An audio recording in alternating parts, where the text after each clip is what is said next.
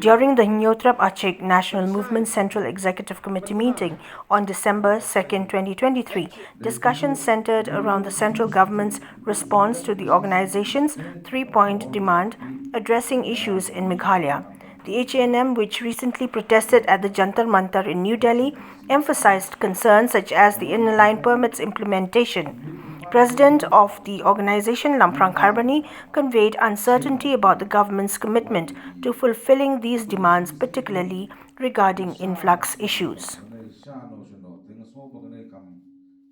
Kalong kum kadak jong kejing pensai bekejing penbena jong kaseng HANM CEC syaki paitba jong kejala Meghalaya ya kene ka aukom ne ka ka bami na ka jing yaki jong ka jat benriu hangte po nongba Delhi men ha ka lai tarik jong nai November jong usnam arrajar alpo alpolai ka jingla jeki ka seng Delhi kalong halor ki lai tali ki mat ki jura ki bakta ya ke jala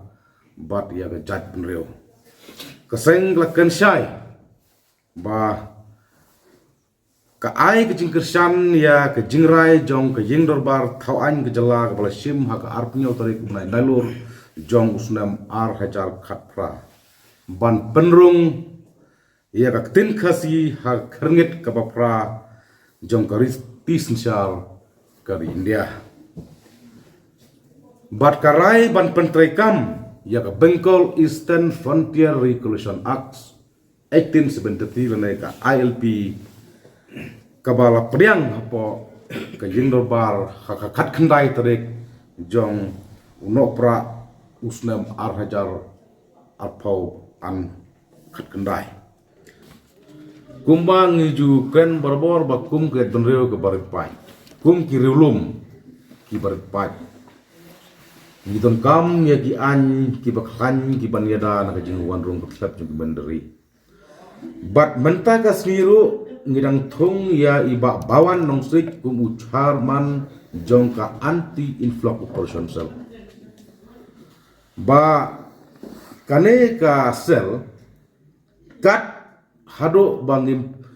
empat pelong an ya kane ka an lane ne ka state ne ka LP ka bakum jimreu ngi anot kemut keleng baju ne ka anti influx operation cell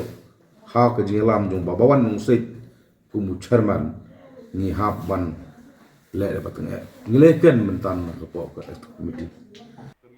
Meanwhile, the encroachment by the Assam government into Baklapara under Ribhoi district has prompted the HANM to issue a 10-day ultimatum for the Meghalaya government to address the situation, warning of direct action if no intervention occurs.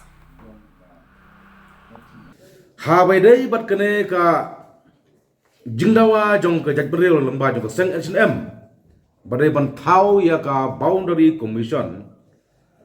kum kadak ban penkloino ban penbaik ya uput usam batikna uput usam bapura nakliang jong ka MHA kala pentip baya kane ke benta ya ka jingtho kala pha sya kata ka CS division kata kamut Central State Division